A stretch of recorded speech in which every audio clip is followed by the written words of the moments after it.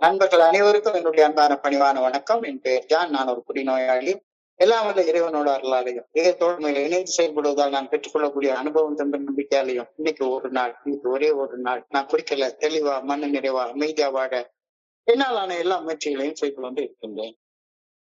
நண்பர் மூர்த்தி குறிப்பிட்டது போல கோயம்புத்தூர் ஒருங்கிணைப்பு மனசாட்சியின் தீர்மானத்தின் அடிப்படையில ஒவ்வொரு நாளும் இரவு 9:30 மணி நடக்கிற இந்த ஆன்லைன் மீட்டிங்ல 24 hours a day 24 மணித்துளிகள் ஒரு நாள் அப்படின்ற புத்தகத்துல இருந்து ஒவ்வொரு பக்கமாக எடுத்து வாசித்து விளக்கம் பார்த்து கலந்தாய் செய்தி கூட்டத்தை நடத்தி கொண்டிருக்கின்றோம். அதன் தொடர்ச்சியாக இன்றைக்கு நாம் வந்திருக்கிற பக்கம் ஆகஸ்ட் மாதம் 14ஆம் நாள். இந்த ஆகஸ்ட் 14ஆம் நாளுக்கான சிந்தனையை முதல்ல வாக்கிட்டு அதுக்கப்புறமா அதற்கான விளக்கத்துக்கும் கலந்தாய்வுக்கும் கடந்து செல்வோம். ஆகஸ்ட் 14 சிந்தனையை வாசிப்பதற்கு நண்பர் மூர்த்தி அல்லது நண்பர் தேவா யாரா ஒருத்தங்க வாசிங்க. நன்றி நன்றி நன்றி நன்றி. ஓகே மூர்த்தி, தேங்க்யூ தேங்க்யூ சார். நன்றி நண்பர்களே. 24 hours a day ஆங்கில புத்தகத்தின் தமிழாக்கம் 24 மணித்துளிகள் ஒரு நாள். ஆகஸ்ட் மாதம் 14ஆம் தேதி. ஏஏ தோழமையின் இன்றைய சிந்தனை. நோயாளிகளாகிய நாம் நமது உடல் அளவிலும் மனதளவிலும் நம் சக மனிதர்களிடமிருந்து வேறுபட்டவர்கள் என்று சிந்திக்க குடி நோயாளிகளாகிய நாம் ஒருபோதும் விரும்புவது இல்லை. நாமும் பிற மனிதர்களைப் போல கட்டுப்படுத்தி குடிக்க முடியும் என்று எண்ணற்ற முறை முயற்சி செய்து தோற்று போனோம். இந்த தோல்வி குடி நோயாளிகளாகிய நாம் நமது வாழ்வில் கவனிக்க வேண்டிய மிக முக்கியமானதொரு அம்சமாகும். நாம் பிற மனிதர்களை போன்றவர்கள் என்ற மாயையான எண்ணம் உடைக்கப்பட்டாக வேண்டும். எந்த ஒரு குடிநோயாளியும் சாதாரணமான வகையில் குணமடைந்து சாதாரண முறையில் மீண்டும் குடிப்பது முடியவே முடியாது என்பது ஐயத்திற்கு இடமின்றி நிரூபிக்கப்பட்ட உண்மை. காலம் செல்ல செல்ல குடிநோயாளிகளாகிய நாம் மீண்டும் குடித்தால் மேலும் மோசமான அடிமட்டங்களை தொடுவோமே தவிர என்றுமே நலமடைந்து உயர்வது சாத்தியப்படாது. ஒரு குடிநோயாளி மீண்டும் ஒரு சாதாரண குடிகாரனாக மாறுவது சாத்தியப்படவே படாத ஒன்று. நான் இனி சாதாரண மனிதர்களைப் போல குடிக்கவே முடியாது என்கிற உண்மையை நான் ஏற்றுக்கொண்டு விட்டேனா? இன்றைக்கான தியானம். நான் வாழ வேண்டும். நான் அபரிமிதமாக வாழ வேண்டும். உடல் அளவிலும் மனதளவிலும் ஆன்மீகத்திலும் ஒரு அபரிமிதமான வாழ்வை நான் பெற வேண்டும். ஆனந்தமான ஆற்றல் மிக்க வாழ்வை நான் வாழ வேண்டும். இறையருட் பேராற்றலது நல்ல ஒழுங்கான வழிகாட்டுதலை பின்பற்றி வாழ்ந்தால் இந்த அபரிமிதமான வாழ்வை நாம் பெற முடியும். எல்லா மனிதர்களுக்கும் இறையருட் பேராற்றல் இலவசமாக வழங்கும் இந்த அருங்கொடையை பெறுவது இல்லை. இறையருட் பேராற்றலுக்கு பணிந்து செயல்பட்டு இந்த அபரிமிதமான வாழ்வை பெற்றுக்கொள்ள எல்லோரும் அக்கறை கொள்வதும் இல்லை. அபரிமிதமான வாழ்வு இறையருட் பேராற்றல் மனிதர்களுக்கு வழங்கும் விலை மதிப்பற்ற கொடை. இக்கொடையை ஏற்றுக்கொள்ள மறுப்போருக்கு இக்கொடை கிடைப்பதும் இல்லை. என் விஷயத்தில் நான் இந்த அருங்கொடையை ஏற்றுக்கொள்ளாமல் இருந்துவிடக் கூடாது.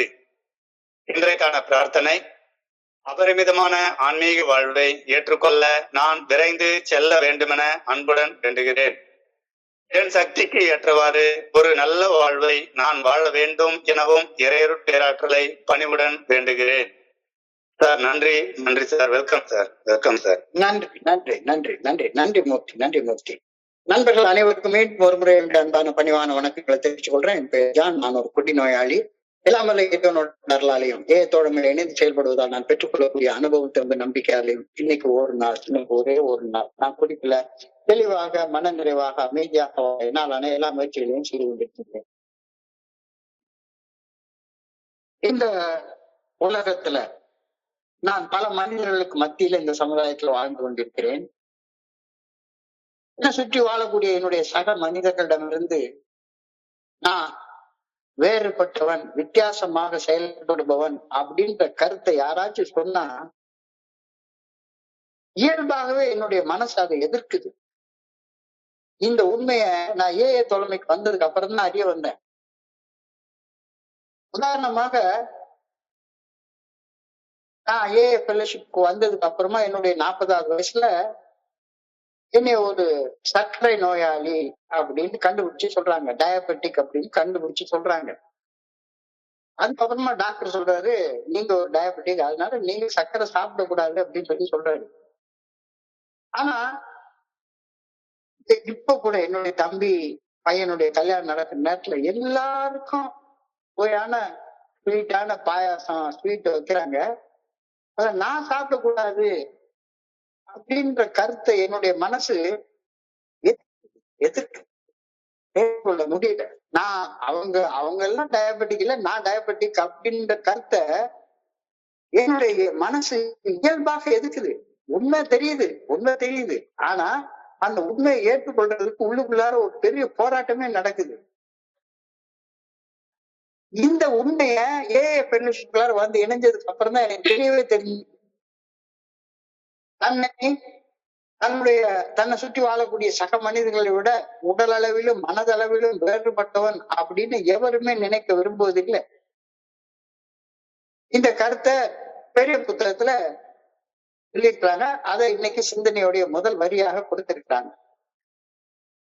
None of us like to think that we are bodily and mentally different from others. என்னுடைய சக மனிதர்களை விட உடல் அளவிலும் மனதளவிலும் வேறுபட்டவன் அப்படின்ற கருத்தை என்னால ஏற்றுக்கொள்ளவே முடியல. அவங்க எல்லாம் குடிப்பாங்க, நான் மட்டும் குடிக்க கூடாதுன்னு அது குடிப்பா. அவனுக்கு குடிக்க முடியுது, என்னால குடிக்க முடியாதா அப்படின்ற கருத்தை என் மனசு ஏற்றுக்கொள்ளவே மாட்டேங்குது. அவனால குடிக்க முடியும்னா என்னாலையும் குடிக்க முடியும் தானே அப்படின்னு என்னுடைய மனசு உள்ள முரண்பட்டு சிந்திக்குது. இப்போ மது அருந்தும் பழக்க அடிமைத்தனம் கோளாறு அல்லது குடிநோய் அப்படின்னு சொல்லக்கூடிய மது அருந்தும் பழக்க அடிமைத்தனம் போறாரு என் மனசுக்குள்ளார ஏற்படுத்தக்கூடிய மன போராட்டங்கள், அந்த மன போராட்டங்கள் என் மனசுல நிகழுது அப்படின்றது ஏற்றுக்கொள்வதற்குள்ள எனக்கு மிக கடினமாக இருக்குது. அதாவது சர்வ காலம் என் மனசுக்குள்ளார ஒரு போராட்டம் நடந்துட்டே இருக்குது. நன்மைக்கு தீமைக்கு இடையில எனக்குள்ளார ஒரு போராட்டம் நடந்துட்டே இருக்குது. ஆனா அந்த போராட்டம் எனக்குள்ளார நடக்குது, நான் மன அமைதி இழந்து வாழ்ந்து கொண்டிருக்கின்றேன் அப்படின்ற நிலைமையை ஏற்றுக்கொள்றதுக்கே எனக்கு கஷ்டமான விஷயமாக இருக்கிறது. நான் ஏன் எனக்குள்ளார அப்படி மன போராட்டங்களை சந்திச்சு கொண்டிருக்கிறேன் அப்படின்னு கேள்விக்கான பதில் எனக்கு ஏஏ தலைமையில வந்து இணைஞ்சதுக்கு அப்புறம் தான் தெரியவே வந்துச்சு. என்ன சுத்தி வாழ்ற மனிதர்கள் எல்லாம் சாதாரணமா வாழ்றாங்க, சாதாரணமா குடிக்கிறாங்க. ஒரு பீஸ் பார்ட்டின்னு போயிட்டா நான் நிறைய நண்பர்களை பார்த்துருக்கேன். வச்சுக்கிட்டே தான் இருப்பாங்களே ஒளிஞ்சு அதை எடுத்து டபுக்குன்னு பாட்டம் சாப்பின்னு வச்சுக்கிட்டே இருக்க மாட்டாங்க. இந்த மாதிரி குடிக்க எனக்கு தெரியல. அவங்க மாதிரி எனக்கு குடிக்க தெரியவே இல்லை. எனக்கு என்னுடைய சக மனிதர்களுக்கு இல்லாத ஒரு நோய் இருக்கின்றது அப்படின்ற உண்மையை முழுமையாக ஏற்றுக்கொள்ள எனக்கு முடியவே இல்லை. நான் ஒரு குடிநோயாளி அப்படின்னு சொல்றதே எனக்கு கஷ்டமா இருக்கு. என்னால முடியல. ஆரம்பத்துல ஒரு பேச்சுக்குதான் சொன்னேனே ஒழிஞ்சு இது குடிநோய், வளரும் தன்மையுடைய நோய், ஒரு முறை குடிநோயாளி, வாழ்நாள் முழுக்க குடிநோயாளி, மோசம் செய்வது முதல் குடி, இந்த உண்மைகளை எல்லாம் ஏற்றுக்கொள்றதுக்கு என்னுடைய மனசு இந்த கிடந்து போராடுது. ஏற்றுக்கொள்ளவே முடியல. இயல்பானது மற்றும் இயல்புக்கு முரண்பட்டது. Normal versus abnormal. Normal people, abnormal people அப்படின்றாங்க. டயபெட்டிக் இல்லாதவங்க எல்லாம் நார்மல் பீப்புள். ஆனா டயபெட்டிக் நோய் வந்தவங்க ஒரு abnormal people. So normal people தாராளமா என்ன இனிப்பு வேணாலும் சாப்பிட்டா பரவாயில்ல. என்னுடைய மனைவிக்கு எப்ப பிளட் சுகர் எடுத்து பார்த்தாலும் சரிதான், 140 மேல சாப்பிட போறதே கெட்டது. ஆனா நான் வெறுமன ஒரே ஒரு ஸ்பூன் சுகரை எடுத்து டீல போட்டு குடிச்சிட்டேன்னா 120 இருந்த என்னுடைய பிளட் சுகர் 180 மாறிடும். 2 ஸ்பூன் போட்டு 240 மாறிடும். 3 ஸ்பூன் போட்டுட்டேன்னா 300 மாறிடும். அவ்வளவுதான். வெறும் 3 ஸ்பூன் சாப்பிட்டோம்னா வெறுமன 120 இருந்தது 300 மாறி போயிடும்.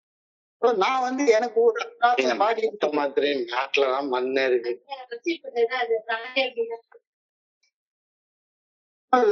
இதா மாறுது.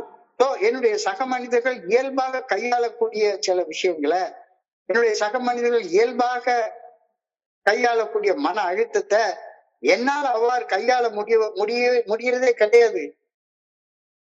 அவர்களுக்கு இயல்பாக வருவது என்னுடைய இயல்புக்கு முரண்படுகின்றது. எல்லாருக்கும் சாதாரணமா செய்யக்கூடிய ஒரு விஷயம் என்னால செய்ய முடியல. என்னால செய்ய முடியல.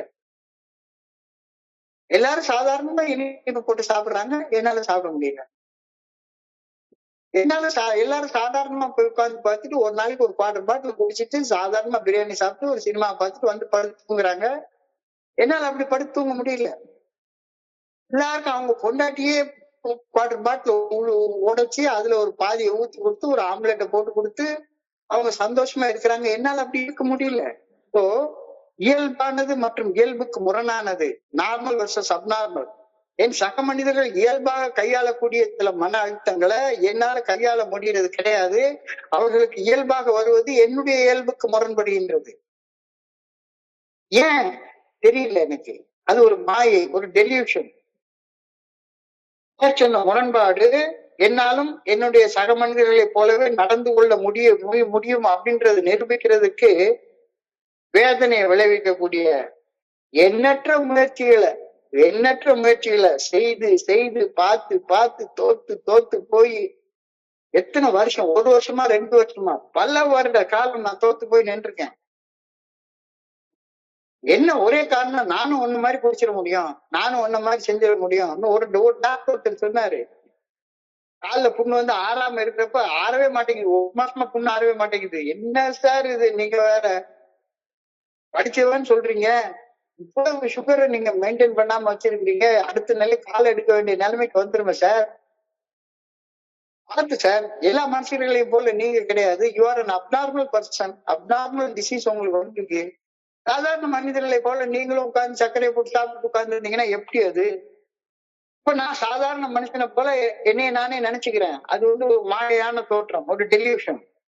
மேற்சொன்ன முரண்பாடு இன்னாலும் என் சக மனிதர்களைப் போலவே நடந்து கொள்ள முடியும் என்பதை நிரூபிக்க வேதனையை விளைவிக்கும் எண்ணற்ற முயற்சிகளை, கணக்கற்ற முயற்சிகளை நான் செய்ய முற்படுகின்றேன். இது மருந்து அருந்தும் பழக்க அடிமைத்தன கோளாறு, ஆல்கஹால் யூஸ் டிசார்டர், AUD அப்படின்னு அழைக்கப்படுகின்றது. இதுக்கு இன்னொரு பேர் குடிநோய், ஆல்கஹாலிசம். இந்த குடிநோயின் முக்கிய அம்சம் என்னன்னு கேட்டோம்னா அதிதீவிர மனவெறி, பெரும் ஆவேசம், அப்சஷன் இது இருக்கு மனசுக்குள்ள.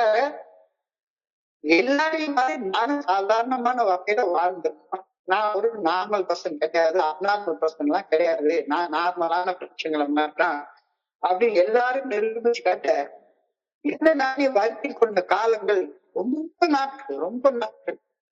என்னைக்காவது ஒரு நாள் நானும் சாதாரண மனிதனாக ஒரு பழக்க அடிமைத்தன கோளாறை கட்டுப்படுத்தி வாழ்க்கை எல்லாரையும் மாறி அனுபவிக்க முடியும் அப்படிங்கிற தொடர்ச்சியான மாயை இருந்துட்டே இருக்கு. எனக்குள்ள இருந்துட்டே இருக்கு, போகவே மாட்டேங்குது. வருஷம் ஆனதுக்கு அப்புறமாக அது இருந்துட்டே இருக்குது. நான் உடல் ரீதியாகவும் மன ரீதியாகவும் சக மனிதர்களோட வேறுபட்டவன் என்ற உண்மையை ஒப்புக்கொள்வது ஆரம்பத்தில் ஒரு வகையான தனிமையை எனக்குள்ளார உருவாக்கி செய்து அப்படின்றத மறுக்க முடியாது. எல்லாரும் சாதாரணமா குடிக்கிறாங்க, நான் மட்டும் ஒரு குடிநோயாளி, குடிக்க கூடாது அப்படின்னு எல்லாரை விட்டு வேறுபட்ட ஒரு தனியான மனுஷனாக நான் மாறுறேன். ஒரு தனிமை உணர்வு எனக்குள்ளார உருவாகுது. அந்த தனிமை உணர்வு உருவாக்கக்கூடிய வலியை என்னால தாங்க முடியல. ஆனால இந்த தனிமை உணர்வை உணர்த்தும் விஷயங்களை மாற தொடங்கும் சரியான தருணம் அப்படின்னு தொடர்ந்து எனக்கு சுட்டி காட்டியது. இந்த பாரு, அவங்க எல்லாம் normal people, they are not alcoholics. அவங்களுக்கு பிரச்சனை இல்லை, அவங்க சாதாரணமா குடிப்பாங்க, வாட்டர் பாட்டில் குடிச்சுட்டு வேண்டான்ட்டு எழும்பி போயிடுவாங்க. நான் அங்க பாய போட்டு படுத்துருவேன்ல, என்னால முடியாது இல்ல. நான் சாதாரண மனிதர்களை விட வித்தியாசமான ஒரு அப்நார்மலான பர்சன் அப்படின்ற கருத்தை தெரிஞ்ச நேரத்துல அப்ப அந்த நண்பர்களை விட்டு விலகி என்ன மாதிரி பாதிக்கப்பட்ட மனிதர்களோட வந்து இணைந்து அந்த பாதிப்புல இருந்து மீட்படைகிறதற்கு பரிந்துரைக்கப்பட்ட செயல் திட்டத்தை வாழ வேண்டிய கட்டாயம் எனக்கு தான் இருக்குது, வேற யாருக்கு இல்லை. நான் ஒரு ஆல்கஹாலிக் அட்மிட் பண்ண வேண்டியது என்னுடைய பிரச்சனை. ஆல்கஹாலிக் இல்லாத என்னுடைய மனைவி தன்னை ஒரு ஆல்கஹாலிக் அட்மிட் பண்ணிக்கணும்னா என்ன, அவங்க தொட்டே பார்த்தது கிடையாத. ஏற்றுக்கொள்தல், அட்மிட்டன்ஸ், அக்செப்டன்ஸ். ஏற்றுக்கொள்தல் என்பது என்னுடைய இயல்புக்கு எதிராக போராடுவதை நிறுத்திவிட்டு அதற்கு பதிலாக எனக்கு உண்மையில் பல யுக்திகளை, ஆதரவு அல்லது மீட்படையும் வழிகளை கண்டடைய உதவுகின்றது. ஆரம்பமே அதான். நான் ஒரு அப்நார்மல் பர்சன் அப்படின்றது அட்மிட் பண்றது, நான் ஒரு ஆல்கஹாலிக் அப்படின்னு அட்மிட் பண்றது. எந்த மீட்டிங்ல நான் 2 தடவை அட்மிட் பண்றேன். அது அட்மிட் பண்றது தயங்குறதே கிடையாது. வந்த உடனே ஒரு தடவை நான் ஒரு குடி நோயாளின்னு சொல்லுவேன். அப்புறம் இந்த சிந்தனையை வாசிச்சு முடிச்ச உடனே இன்னொரு தடவை குடி நோயாளி அட்மிட் பண்ணுவேன். ஏற்றுக்கொள்தல் என்பது என்னுடைய இயல்புக்கு எதிராக போராடுவதை நிறுத்திவிட்டு அதற்கு பதிலாக எனக்கு உண்மையிலே பலனளிக்கக்கூடிய யுக்திகளை ஆராய்ச்சி செய்து ஆதரவு அல்லது மீட்படைய எனக்கு என்ன வழி இருக்குது அப்படின்றத கண்டுபிடிக்கிறத உதவுது. பிற மனிதர்களிடமிருந்து குடிநோயாளியாகிய எனக்கு இருக்கும் வேறுபாட்டை முழுமையாக ஏற்றுக்கொள்வது சுதந்திரத்தையும் நீண்ட கால ஆரோக்கியத்தையும் கண்டடைவதற்கான மிக முக்கியமான முதல் படி அப்படின்னு தோழமை வலியுறுத்தி சொல்லுது. அந்த ஃபர்ஸ்ட் ஸ்டெப்ல நம்ம என்ன சொல்றோம்? நாங்கள் மதுவின் சக்தி இருந்ததை ஒப்புக்கொண்டோம். எல்லாரும் அப்படி கிடையாது இல்ல, நாம மட்டும்தான் அப்படி இருந்தோம். அவங்க நினைச்சுக்கிட்டு நான் ஒப்புக்கொள்ள மாட்டேன்னு சொன்னா கஷ்டப்பட போறது நான் தானே. பிற மனிதர்களிடமிருந்து குடிநோயாளியாகிய எனக்கு இருக்கும் வேறுபாட்டை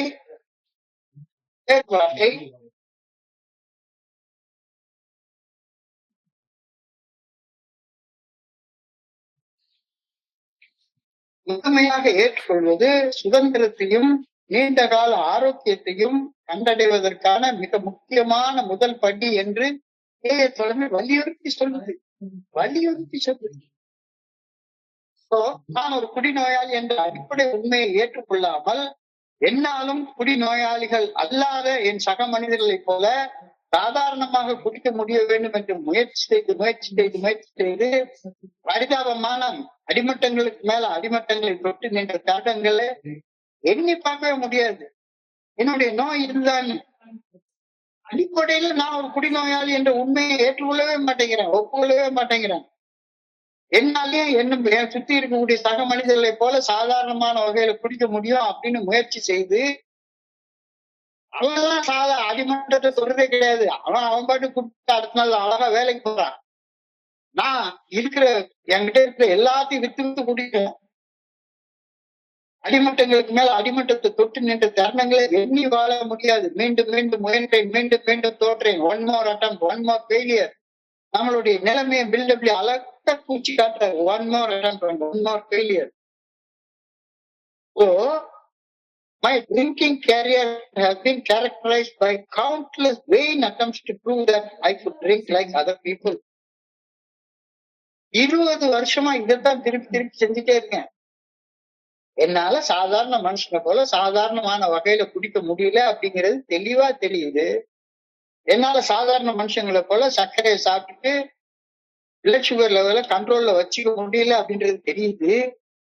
ஆனா my drinking career, my sugar eating career has been characterized by countless vain attempts to prove that I could drink or I could take carbohydrates like other people. எல்லாரையும் மாதிரி நானும் பண்ண முடியும் அப்படின்னு கணக்கற்ற முறை முயற்சி செய்து தோற்று நின்ற அனுபவங்கள், ஏகப்பட்ட அனுபவங்கள். The delusion that we are like other people should be smashed. Delusion. 2 வார்த்தை உண்டு, டெலியூஷன், இல்யூஷன். என்கிட்ட இல்லாத ஒரு கட்டுப்பாடு இருப்பது போல தோன்றுவது டெலியூஷன், இல்லாதது இருக்கிறது போல தோன்றுவது டெலியூஷன். என்கிட்ட இருக்கிற ஒண்ணு இல்லாதது போல தோன்றது இல்யூஷன். என்கிட்ட ஒண்ணு இல்ல ஆனா அது இருக்கிறது போல தோன்றது அது டெலியூஷன். என்கிட்ட குடிக்கிற கட்டுப்பாடு இல்லவே இல்லை ஆனா என் மனசு சொல்லுது கட்டுப்பாடு இருக்குடா, ஒரு நாளைக்கு கட்டுப்படுத்தி குடிக்க முடியும் அப்படின்னு எனக்குள்ளார என் மனசு சொல்லிக்கிட்டே இருக்கிறது. இது ஒரு மாயையான தோற்றம். என்கிட்ட ஒரு நோய் இருக்குது ஆனா நானும் சாதாரண மனிதர்களை போல எனக்கு நோய் இல்லை, இப்பதான் நோய், ஒரு காலத்துல நோய் இருந்து இப்ப குணமடைஞ்சிட்டேன் அப்படின்றது போல தோற்றம் தருவது இல்யூஷன். இருக்கிறது இல்லாதது போல தோற்றம் தருவது இல்யூஷன், இல்லாதது இருக்கிறது போல தோற்றம் தருவது டெலியூஷன். இந்த ரெண்டுக்கும் சேர்த்து ஒரே பேர் மாயை. இந்த மாயை தோற்றங்கள் உடைத்தெறியப்பட்டாக வேண்டும். என்கிட்ட குடிக்கிற கட்டுப்பாடு இல்ல, எனக்கு குடிக்கிற கட்டுப்பாடு இல்ல. எனக்கு ஒரு நோய் இருக்கு, எனக்கு ஒரு நோய் இருக்கு. இருக்கிற நோய் இல்லைன்னு நினைக்கிறேன், இல்லாத கட்டுப்பாடு இருக்குதுன்னு நினைக்கிறேன். இந்த இருக்குல நான் பாட்டுக்கு அடிமட்டங்களுக்கு மேல அடிமட்டங்களை தொட்டுட்டே இருக்கிறேன். So, இந்த மாயை, இந்த டெல்யூஷன், இந்த இல்யூஷன் உடைத்தெறியப்பட்டாக வேண்டும். ஒற்றை குடிநோய்க்கு ஆளானவன் வாழ்நாள் முழுமைக்கு குடிநோயாளியாக வாழ்வான் அப்படின்ற கருத்து நிரூபிக்கப்பட்ட மாற்ற முடியாத உண்மை. அந்த ட்ரூத்தை மாற்றவே முடியாது. ஒரு முறை குடிநோய்க்கு ஆளானவன் வாழ்நாள் முழுமைக்கும் குடிநோயாளியாகவே வாழ்வான் என்பது நிரூபிக்கப்பட்ட மாற்ற முடியாத ஒரு உண்மை. குடிநோய் படவே முடியாத ஒரு நோய். குடிநோய் படிப்படியாக வளரும் தன்மையுடைய நோய். மோசம் செய்யும் முதல் கோப்பை மதுவை அருந்துவதிலிருந்து வாழ்நாள் முழுமையிலும் விலகி இருப்பது மட்டும்தான் குடிநோயின் பாதிப்புகளிலிருந்து மீள்வதற்கான ஒரே ஒரு தீர்வு. தீர்வே கிடையாது. டோட்டல் ஆப்ஸ்டினன்ஸ். டோட்டல் ஆப்ஸ்டினன்ஸ். இது தவிர குடிநோய்க்கு வேற தீர்வே கிடையாது அப்படின்னு சொல்றத என்னால என்னடா அது, என் பக்கத்துல இருக்கிறவங்க எல்லாம் சாதாரணமா குடிக்கிறான், என்னால மட்டும் எப்படி அப்படின்னு என் மனசு சொல்லிட்டே இருக்குது. So it has been definitely proved that no real alcoholic has recovered control. உலகத்துல குடிநோய்க்கு ஆளானவன் மீண்டும் கண்ட்ரோலை கொண்டு வந்ததாக சரித்திரமே கிடையாது அப்படின்னு தெளிவாக சந்தேகத்துக்கு இடமெல்லாம் நிரூபிச்சு காட்டிருக்காங்க. Beyond reasonable doubt. எல்லா வகையிலும் ஆராய்ந்து பார்த்து சொல்லிட்டாங்க. It has been proved beyond reasonable doubt. It has been definitely proved that no real alcoholic has ever recovered his control. கட்டுப்படுத்தி குடிக்கக்கூடிய நிலையை அடைந்த குடிநோயாளிகள் இது உலகத்திலே கிடையாது அப்படின்றது தெளிவாக தெரிகிறது. நான் இப்போ 30 வருடங்களாக குடியில இருந்து வேலைக்கு வாழ்றேன். 30 வருடங்களாக முதல் கோப்பை மதுவை நான் அருந்தவில்லை.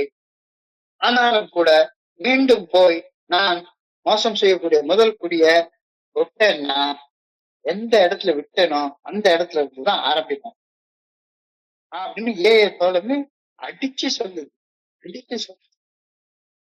விற்கவில்லை என்றாலும் கூட குடிநோய் எனக்குள்ளார வளரும் தன்மையுடைய ஒரு நோய், அக்ரெசிவ் இல்னஸ் அப்படின்ற கருத்தை சொல்லுது. இதெல்லாம் என்னால ஏற்றுக்கொள்ளவே முடியல. எனக்குள்ளார ஒரு கோளாறு இருக்கு, அந்த கோளாறு வளரும் தன்மையுடைய கோளாறு அப்படின்னு யாராச்சும் சொன்னாங்கன்னா என்னால அதை ஏற்றுக்கொள்ளவே முடியல.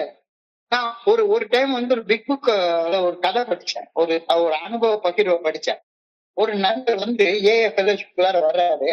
குடிநோயால் ரொம்ப மோசமான அடிமட்டங்களை தொட்ட ஒரு நண்பர். அடிமட்டங்களை தொட்ட நண்பர் என்ன பண்றாரு, அவருக்குள்ளாரே ஒரு தீர்மானம் எடுத்துக்கிறாரு.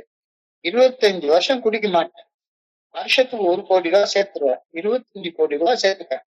25 கோடி ரூபாய் சேர்த்ததுக்கு அப்புறமா அதுல 1 கோடி ரூபாய்க்கு ஒரு வீடை கட்டிக்கிட்டு 24 கோடி ரூபாய வச்சு நான் தொச்சை இருக்கிற நாள்களை செம்மையா குடிச்சு சந்தோஷமா வாழ்வேன். சந்தோஷமா வாழ்வதற்காக நான் 25 வருடம் விரதம் இருப்பேன் அப்படின்னு வராரு. சொன்னபடியெல்லாம் செய்யறாரு. 25 வருஷம் குடிக்கவே இல்லை. ட்ரங்கலாக மட்டும் பேசுவாரு, எல்லாம் பண்றாரு. 25 வருஷம் குடிக்கவே இல்லை. 25 கோடி ரூபாய சேர்த்துட்டாரு. 1 கோடி ரூபாய்க்கு ஒரு பெரிய வீடும் கட்டிட்டாரு, காரை வாங்கிட்டாரு, எல்லாம் வாங்கிட்டாரு. சரி, இனிமே மீதி இருக்கக்கூடிய ஒரு 10 வருஷம் சந்தோஷமா குடிச்சு வாழ்ந்துடலாம் அப்படின்னு போய் குடிக்க போறாரு.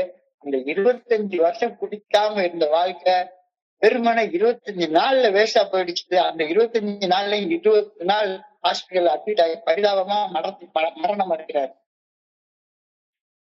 ஒரு முறை குடிநோயால் பாதிக்கப்பட்டவன், வாழ்நாள் முழுக்க குடிநோயால் பாதிக்கப்பட்டவன் இந்த கண்ணால காண்ற உண்மையை நான் ஏற்றுக்கொள்றேன். இது கண்ணால பார்க்கக்கூடிய உண்மை. ஆனா எனக்குள்ளார ஒரு நோய் இருக்கு அப்படின்றத கண்ணால காண முடியாதது. கண்ணால காண்ற உண்மையை நான் ஏற்றுக்கொள்றேன். கண்ணால காண முடியாத உண்மையை நான் நம்புறேன். Over a considerable period we get worse, never better. Over a considerable period we get worse, never better. செத்து போன மீனை கடற்கரையில காய வச்சா அது கருவாடு ஆகும். கருவாடு ஒரு நாள் மீனாக ஆகவே ஆகாது. எலுமிச்சம்பழத்தை வெட்டி உப்புல போட்டு ஊறுகாய் போட்டு வச்சா எலுமிச்சம்பழம் ஊறுகாயா மாறும். ஆனா ஊறுகாயில இருந்து ஒரு நாள் எலுமிச்சம்பழம் வரவே வராது.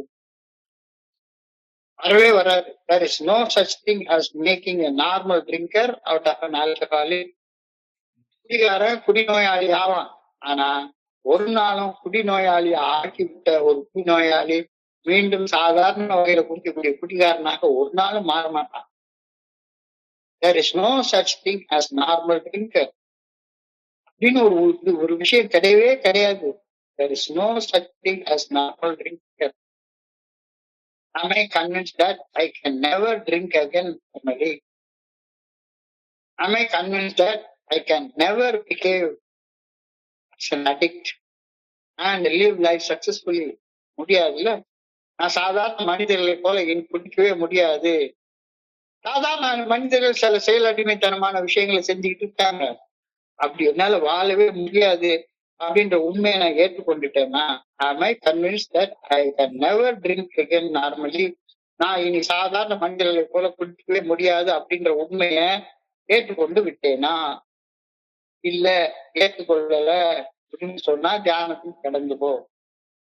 இல்ல நான் நார்மல் மனுஷன் தான், அப்படிலாம் மனுஷன் எல்லாம் கிடையாது, எல்லாரையும் போலதான், அவன் என்ன செய்யறான்னு அவன் நானும் செய்வேன் அப்படின்னு செய்ய முயற்சி பண்ணி தலையால முட்டி முட்டி மலையை உடைச்சிடலாம் அப்படின்ற முயற்சியில இன்னும் ஈடுபட்டு இருக்கியா? அப்படி ஈடுபட்டு இருக்கீங்கன்னா இன்னைக்கு அந்த தியானத்துக்கு கடந்து போ. நான் குடிச்சிட்டு இருந்த காலகட்டத்துல என் வாழ்க்கைன்னா என்ன நினைச்சேன்? நல்லா சாப்பிடணும், சோறு திங்கணும், நல்லா சோறு திங்கணும், ஊரு சுத்தணும், முடிஞ்ச மட்டும் இனப்பெருக்கம் செய்யணும், முடிஞ்ச மட்டும் இனப்பெருக்கம் செய்யணும். இதுக்குதான் நான் என் இறைவனால் நான் படைக்கப்பட்டிருக்கிறேன். திங்கணும், தெங்கணும், தூங்கணும். வேற எதுவுமே என் வாழ்க்கையுடைய நோக்கமே கிடையாது. குடிச்சு கூத்தடிச்சு வாழ்றதுதான் வாழ்க்கை அப்படின்னு நான் உறுதியாக நம்பிட்டு இருந்தேன்.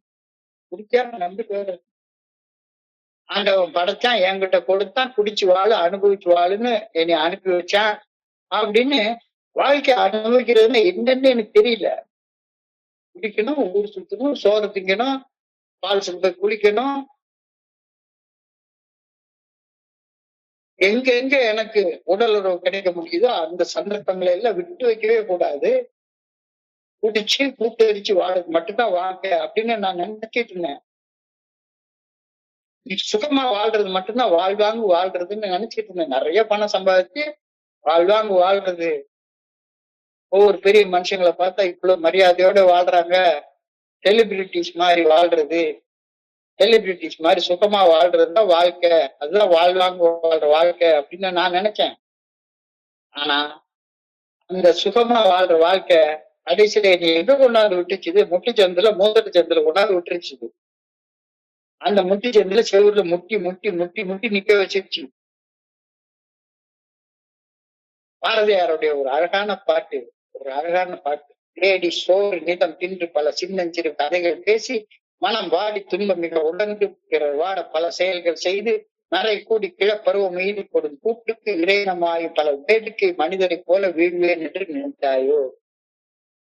தேடி சோறு நிதம் தின்று எங்க சோறு கண்ட இடம்னா சொர்க்கம் அப்படின்னு இருந்து எங்கேயாச்சும் மீட்டிங்ல போய் பழைய கதையை உட்கார்ந்து உருட்டி பல சின்னஞ்சிறு கதைகள் பேசி மனம் வாடி துன்பம் மிக உணர்ந்து டெய்லி தப்பு செய்யறதுனால துன்பத்தை உருவாக்கிக்கிறது. அந்த துன்பத்துல உழந்து பிறரை பத்தி புறம்பேசி பிறர் வாட பல செயல்கள் செய்து இந்த வாழ்க்கை வாழ்றதுக்குள்ளார 40 வருஷம் சோபரா வேற ஆயிடுவேன். நிறைய கூடி கிழப்பருவம் மீதி ஒரு கூற்றுக்கு இறையனமாயும் பல வேடிக்கை மனிதரை போல வீழ்வேன் என்று நினைத்தாயோ? இதுக்காக நான் பிறந்தேன், இதுக்காக நான் படைக்கப்பட்டேன். அழகா சொல்லியிருக்கு. நின்னை சில வரங்கள் கேட்பேன், அவை நேரே இன்றைக்கு தருவாய். கடவுள் கேட்கிறார், இன்று எனக்கு சில வரங்கள் கேட்பேன், அவை நேரே இன்றெனக்கு தந்திடுவாய். என்னை முன்னால் தீய வினை பயன்கள் மீளாத வண்ணம் என்னை மீட்டெடுக்க வேண்டும். இனி என்னை புதிய உயிராக்கி கேளும் கவலையற செய்து மதி தன்னை மிக தெளிவு செய்து என்றும் சந்தோஷம் கொண்டிருக்க செய்வாள். சும்மா உட்கார்ந்து கதை பேசிக்கிட்டு ஊர் சுத்திக்கிட்டு சோறு தின்னுட்டு எங்கெங்க சான்ஸ் கிடைக்குதோ அந்த இடத்துல எல்லாம் உட்கார்ந்து உடலுறவு கொண்டுட்டு என்னென்ன வகையில பண்ணணுமோ அந்தந்த வகையில இருட்டுக்குள்ளார வாழ்ற கரப்பாம்பூச்சி வாழ்க்கைதான் சுகமான வாழ்க்கைன்னு நான் நினைச்சிட்டு இருந்தேன். தேடி சோறு தினம் தின்று பல சின்னஞ்சிறு கதைகள் பேசி மனம் வாடி துன்பமிக உடன்று பிறர் வாட பல செயல்கள் செய்து நரை கூடி கிழப்பருவம் மீதி ஒரு கூற்றுக்கு இறையனமாயும் பல வேடிக்கை மனிதரை போல வீழ்வேன். அப்படித்தான் வாழ்க்கை நான் படைக்கப்பட்டேனா? இல்ல, ஆண்டவா எனக்கு ஒரு வரம் கொடு, அது இன்னைக்கே கொடு, நேரா கொடு என்ற முன்னை தீய வினைகள் என்னுடைய குற்ற உணர்ச்சிகள் முளைத்து எழாது இருத்தல் வேண்டும். உள்ளுக்குள்ளார எனக்கு குற்ற உணர்ச்சி இருக்கக்கூடாது. இனி என்னை புதிய உயிராக்கி எனக்கே கவலையற செய்து அது தன்னை மிக தெளிவு செய்து என்றும் சந்தோஷத்துடன் வாழ வைப்பாய். இந்த வார்த்தை எனக்கு தருவாய். அதுதான் இன்னைக்கு தியானத்துடைய முதல் வரியாக எழுதியிருக்கார். We should have life and have it more abundantly, spiritual, mental and physical, abundant life, joyous and powerful life, joyous and powerful life. ரொம்ப அழகாக சொல்லியிருக்கார். நான் வாழணும், சாதாரணமான வாழ்க்கை வாழக்கூடாது, உயிர் பிழைச்சிருக்கிறதுக்காக வாழக்கூடாது, நான் வாழணும் அபரிமிதமாக அபண்டன்டா வாழணும். உடல் அளவிலும் மனதளவிலும் ஆன்மீகத்திலும் ஒரு அபரிமிதமான வாழ்க்கையை நான் வாழணும், ஆனந்தமாக வாழணும், ஆற்றலோட வாழணும், ஆற்றல் மிகுந்த வாழ்வை நான் வாழ வேண்டும்.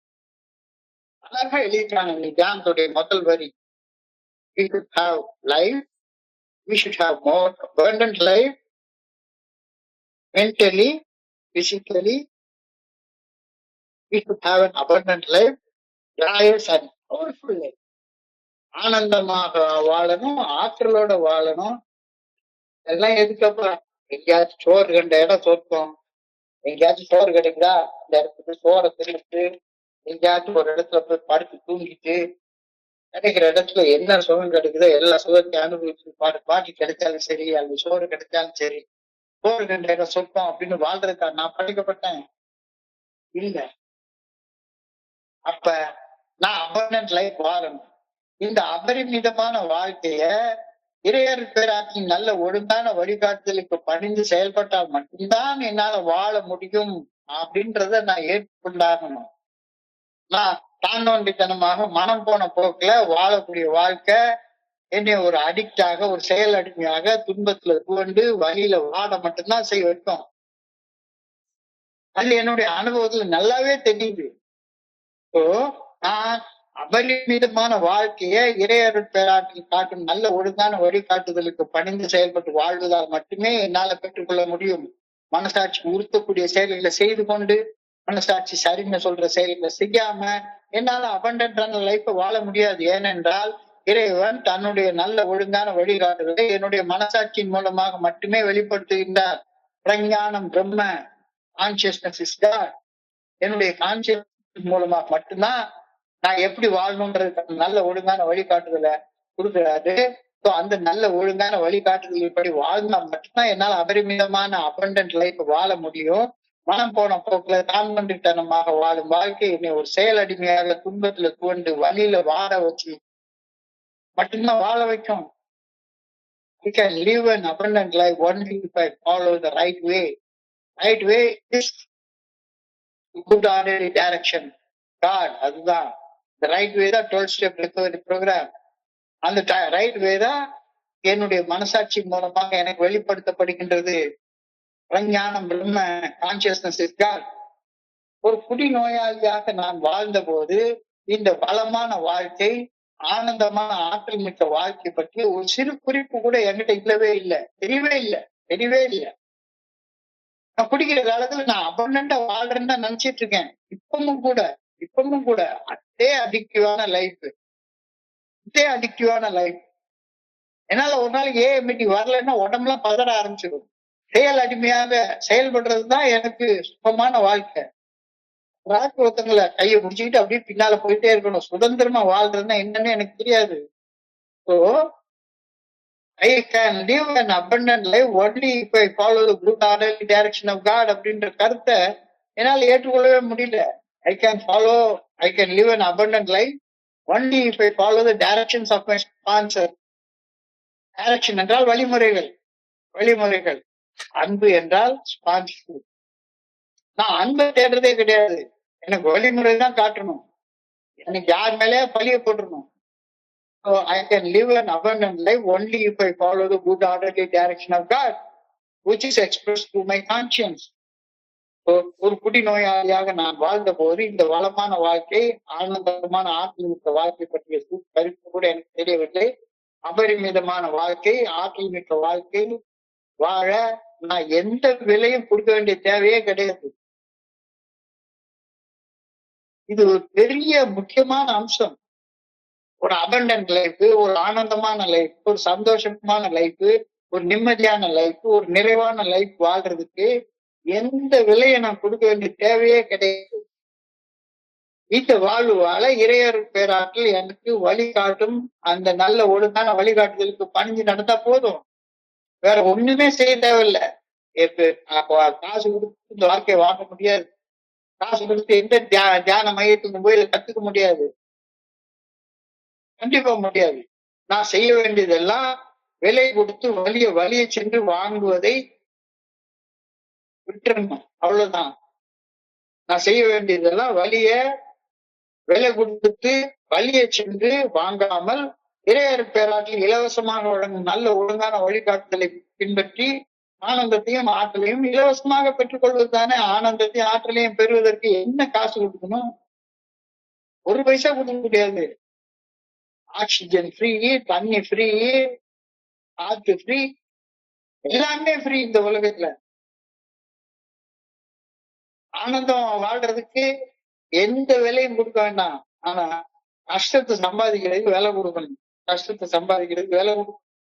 நான் செய்ய வேண்டியதெல்லாம் விலை கொடுத்து வலியை சென்று வாங்காமல் இறையர் பேராட்டை இலவசமாக வழங்கும் அந்த நல்ல ஒழுங்கான வழிகாட்டுதலை பின்பற்றி ஆனந்தத்தையும் ஆற்றலையும் இலவசமாக பெற்றுக்கொள்வது மட்டும்தான் நான் செய்ய வேண்டியது. வேற ஒண்ணுமே நான் செய்ய வேண்டாம். எனது குறி நாட்கள்ல நான் தான் வலியை சென்று வலியையும் வேதனையும் துன்பத்தையும் துயரத்தையும் விலை கொடுத்து வாங்கிக்கிறேன், சொந்த செலவுல சூனியம் வச்சுக்கிறேன் அப்படின்ற உண்மை எனக்கு புரியவே இல்லை. காசு கொடுத்து விலையை வாங்கி வச்சுக்கிறேன். சும்மா கொடுத்தாலே வாங்க கூடாத ஒண்ண கொடுத்து வேற வாங்கிக்க. சும்மா கிடைக்கிற ஒண்ண நான் இது சும்மா கிடைக்குது, இதனுடைய மதிப்பு எனக்கு தெரியவே இல்லை. Not all people can to stretch out their hand and take it. எல்லாரும் போய் தோழமையில நம்ம காலடியில வச்சிருக்கிற இந்த 12 படிகள் அடிக்க மேற்படையும் செயல் திட்டத்தை பெற்றுக்கொள்றதே கிடையாது. தீர்வை பெற்றுக்கொள்றதே கிடையாது. தீர்வுனா என்னன்னு கேட்பேன். தீர்வுனா என்ன? தீர்வு ஸ்பான்சர் காட்டுற வழிகாட்டுதல தீர்வு இருக்கு அப்படின்னு நினைச்சிட்டு இருக்கேன். எந்த ஸ்பான்சரா இருந்தாலும் சரிதான், அந்த ஸ்பான்சர் போடுற ஒரே தீர்வு தீர்வு தான். அந்த தீர்வு 12 ஸ்டெப் ரெக்கவரி ப்ரோக்ராம், 12 படிகள் அடங்கி மேற்படையும் செயல் திட்டம். Not all people can to stretch out a hand and take it. யாருமே அதை ஏற்றுக்கொள்றதே கிடையாது. இலவசமாக எல்லாம் கிடைக்குது. ஆனா நான் வலி கொடுத்து ஒரு விலையை கொடுத்து வலியை வாங்கிக்கிறேன். நிம்மதி, நிறைவு, ஆனந்தம், சந்தோஷம் எல்லாம் ஃப்ரீயா கிடைக்குது. ஆனா நான் வலியையும் வேதனையும் துன்பத்தையும் துயரத்தையும் பிரச்சனையும் சிக்கலையும் விலை கொடுத்து வாங்கிட்டு வரேன். So God's gift, richest gift He has to offer is a precious gift of abundant life. பலமான வாழ்க்கையை அவர் இலவசமா கொடுக்கிறாரு. ஒண்ணுமே செய்ய வேண்டாம். மனசாட்சி உட்கொண்டு செயலை செய்யாத, மனசாட்சி சரிந்த செயலை செஞ்சு, அவ்வளவுதான். வேற ஒண்ணுமே செய்ய வேண்டாம். உனக்கு வளமான வாழ்க்கை, வாழ்க வளமுடன், பலமாக வாழக்கூடிய வாழ்க்கை உனக்கு கையில காத்துட்டு இருக்கு, இலவசமா காத்துட்டு இருக்கு. People often turn away from it, reject it, and we have none of it. வேண்டாம்னா உனக்கு அது கிடைக்கவே கிடைக்காது. நீ எத்தனை மீட்டிங் போய் சுத்தி வா, போய் ஸ்பான்சர் எடுத்துக்கோ, அல்லது ஜீசஸ் கிரைஸ்ட் புத்தரையே ஸ்பான்சர் எடுத்துக்கோ, ஸ்பான்சரா எடுத்துட்டு ஊர் அளவுல எனக்கு ஜீசஸ் கிரைஸ்ட் ஸ்பான்சரு, புத்தர் ஸ்பான்சரு, பில்டபிள்யூ ஸ்பான்சருன்னு சொல்லிட்டாலே அவங்க சொல்ற வழிய உன்னுடைய வாழ்க்கையாக நீ வாழாத வரைக்கும் நீ வழிய வேலை கொடுத்து வாங்கிட்டு தான் உட்கார்ந்துருப்ப. வழிய வேலை கொடுத்து வாங்கிட்டு தான் உட்கார்ந்துருப்ப. Don't less get this be true in your life. எல்லா மனிதர்களுக்கும் இறையர் பேராற்றல் இலவசமாக வழங்கும் அபரிமிதமான ஆற்றல் மிக்க வாழ்வை பெற்று எல்லாருமே வாழ்றது கிடையாது. காரணம் என்னன்னா அந்த செல்ஃபிஷ்னஸ், செல்ஃப் சென்டர்னஸ் உள்ளுக்குள்ளார தடையாக இருக்குது. தடையாக இருக்கிறது. இன்னைக்கு ஒரு மீட்டிங் ஒண்ணு நடத்தணும். தமிழ்நாடு லிட்ரேச்சர் கமிட்டி மீட்டிங், எவ்வளவு மீட்டிங் இருக்கு. அந்த மீட்டிங்ல கடைசியில போட்டு சண்டையை பார்த்ததுக்கு அப்புறமா என்னடா இது 30 வருஷம் சோபர்னு சொல்லிக்கிறோம். இன்னமும் நிம்மதி, நிறைவு, சந்தோஷத்தை வாங்கி கொள்ளவே தெரியல. எல்லா மனிதர்களும் இறையர் பேராக இலவசமாக வழங்கும் அபரிமிதமான ஆற்றல் மிக்க வாழ்க்கையை பெற்று வாழ்வதே கிடையாது. இறையர் பேராக இலவசமாக வழங்கும் அருங்குடையை பெற்று வாழ நான் அக்கறை எடுத்துக்கொண்டதே கிடையாது. அபரிமிதமான வாழ்வு இறையர் பேராக மக்களுக்கு வழங்கும் விலை மதிப்பற்ற கொடை. இந்த கொடையை ஏற்க மறுப்பவருக்கு இந்த அருங்கொடை கிடைப்பதே கிடையாது. என் விஷயத்திலும் இந்த அருங்குடையை ஏற்றுக்கொள்ளாமல் நான் இருந்துவிடக் கூடாது. உனக்கு ஒரு அபண்டன்ட் லைஃப், நிம்மதியான வாழ்க்கையை, நிறைவான வாழ்க்கையை கொடுத்திருக்கிறாரு. அத இறைவனுடைய நல்ல ஒழுங்கான வழிகாட்டுதல் மனசாட்சியின் மூலமாக வெளிப்படுத்தப்படுகிறது. அதை பின்பற்றி வாழ்ந்தா உனக்கு கிடைக்கும். வேலை கொடுத்தலாம் வாங்க வேண்டாம், ஃப்ரீயா கிடைக்குது, ஃப்ரீயா கிடைக்குது. I pray that I may hasten to accept the gift of abundant life. அபரிமிதமான ஆன்மீக வாழ்க்கையின் கொடையை ஏற்றுக்கொள்ள நான் விரைந்து செல்ல வேண்டும் என ஆண்டவா உண்மை பணியோடு வேண்டிக் கொள்கின்றேன். I pray that I may like the good life to the best of my ability. என் சக்திக்கு தகுந்தவாறு ஒரு நல்ல வாழ்க்கையை நான் வாழ வேண்டும் என பேராக்களை பணியோடு வேண்டிக் கொள்கின்றேன். இன்றைக்கான சிந்தனையை சுருக்கமாக நம்ம பார்ப்போம். ரொம்ப அழகாக சொல்லலாம். None of us think that we are bodily and mentally different from others. இத ஒரு நாளைக்கு என் காலை வெட்டி எடுக்கிற நிலைமை வந்தப்பதான் நான் ஒரு டயபெட்டிக் அப்படின்ற உண்மையை நான் ஒத்துக்கொண்டேன். எனக்கு சுகர் ஒத்துக்காது. ஒரு ஸ்பூன் சுகர் சாப்பிட்டா 60 ml/dg என்னுடைய வாழ்க்கையில, என்னுடைய ரத்தத்துல கலந்துருது அப்படின்ற உண்மை எனக்கு ஏற்றுக்கொள்ளவே முடியல. எல்லாரும் பாயசம் சாப்பிடுறாங்க, சாதாரணமா இருக்காங்க. நானும் சாப்பிட்டா எனக்கு ஒண்ணும் ஆகாது. எல்லாரும் குடிக்கிறாங்க, நானும் குடிச்சா என்ன ஆகாது. ஸோ இயல்பு மற்றும் இயல்புக்கு முரணானது, நார்மல் அப்நார்மல், நான் ஒரு அப்நார்மலான நோயை கொண்டிருக்கிறேன் அப்படின்ற கருத்தை என்னால ஏற்றுக்கொள்ளவே முடியல. நானும் நார்மலா குடிக்கிறவங்க மாதிரி குடிக்க முடியும், நார்மலா போய் பேசுறவங்க மாதிரி போய் பேச முடியும், நார்மலா தலையை உடச்சி பணம் பாய்க்கிறவங்க மாதிரி சம்பாதிக்க முடியும். அவன் உடைச்சிட்டு அவன் பாட்டு இருப்பான், ஒன்னால அப்படி இருக்க முடியாது. முரண்பாடு என்னால் சக மனிதர்களை போல நடந்து கொள்ள முடியும் என்று நிரூபிக்கப்பட்ட அந்த உண்மை, அதை நிரூபிக்கிறதுக்காக எத்தனை வேதனை, எத்தனை வலி, எத்தனை துன்பம், எத்தனை துயரத்தை நான் ஏற்றுக்கொண்டிருக்கிறேன். மது அருந்தும் பழக்க அடிமைத்தன கோளாறு, ஆல்கஹால் யூஸ் டிசார்டர் என்று அழைக்கப்படும் குடிநோய். அந்த குடிநோயோடைய முக்கியமான அம்சம் இந்த அதிதீவிர மனவெறி, மென்டல் அப்சஷன், வெறும் ஆவேசம். மனசுக்குள்ளார எப்பவுமே ஒரு ஆவேசமாகவே இருக்கிறது. இது பிடிக்குது. என்னைக்காவது ஒரு நாளைக்கு நான் சராசரி மனிதர்களை போல என்னுடைய குடியை நான் குடிச்சிருவேன், செயல் அடிமையாக செயல்பட்டுருவேன் அப்படின்னு எத்தனை போராட்டம் போராடி பார்த்து கடைசியில் அடிமட்டத்தில் தொட்டதை தவிர வேற ஒண்ணுமே கிடையாது. நான் உடல் ரீதியாகவும் மன ரீதியாகவும் சக மனிதர்களோட வேறுபட்டவன் என்ற உண்மையை ஒப்புக்கொள்வது ஆரம்பத்தில் ஒரு தனிமையை எனக்குள்ளார உணர வச்சுது. ஆனால் இந்த தனிமை உணர்வை உணர்வதுதான் விஷயங்களை மாற்றப்படுவதற்கான ஆரம்ப நிலை படி அப்படின்றது எனக்கு புரிய ஆரம்பிச்சது. ஏற்றுக்கொள்வது என்பது என்னுடைய இயல்புக்கு எதிராக போராடுவதை நிறுத்திவிட்டு அதற்கு பதிலாக எனக்கு உண்மையில் பலனளிக்கும் யுக்திகள், ஆதரவு அல்லது மேற்படையும் வழிகளை கண்டறிய எனக்கு உதவுகின்றது. மனிதர்களிடமிருந்து குடிநோயாளியாக எனக்கு வேறுபாட்டை முழுமையாக ஏற்றுக்கொள்வது எனக்கு சுதந்திரத்தை கொடுக்குது, நீண்ட கால ஆரோக்கியத்தை கொடுக்குது. இது இப்ப புரியுது. So my drinking habit has been characterized by countless attempts to prove that I could drink like normal people. The delusion that we are like other people can be smashed. Delusion என்னது? இல்லாத கட்டுப்பாடு இருக்கிறது மாதிரி தோன்றது. Television இருக்கிற இல்லாத மாதிரி தோன்றது இல்யூஷன். இந்த ரெண்டு மாயையும் உடைச்சு எரிஞ்சாக வேண்டும். ஒரு முறை குடிநோய்க்கு ஆளானவன் வாழ்நாள் முழுமைக்கு ஒரு குடிநோயாளி வாழ்வான் என்பது நிரூபிக்கப்பட்ட உண்மை. It has been definitely proved that no real alcoholic has ever recovered from alcoholism. உலகம் முழுக்க எல்லாரும் சொல்றாங்க. நான் மட்டும் அது விதிவிலக்கு ஆயிடுவேன்னா என்ன? நான் இப்போ 30 வருஷங்களாக மோசம் செய்யக்கூடிய முதல் குடி தொடர திரும்ப போய் குடிச்சேன்னா என்ன ஆகும்? விட்ட இடத்துல இருந்து ஆரம்பிப்பேன். குடிக்கவில்லை என்றாலும் குடி நோய் எனக்குள்ளார வளரும் தன்மையுடைய நோய். It's a progressive illness. 25 வருஷம் குடிக்காம இருந்துட்டு 25 வருஷம் கழிச்சு போய் குடிச்சவன் 10 நாள்ல தூக்குன அனுபவத்தை நம்ம தமிழ்நாட்டிலே பார்த்தோமே. கண்ணால கொண்ட உண்மையை ஏற்றுக்கொள்கிறோம், கண்ணால் காணாத உண்மைகளை நம்புகின்றோம்.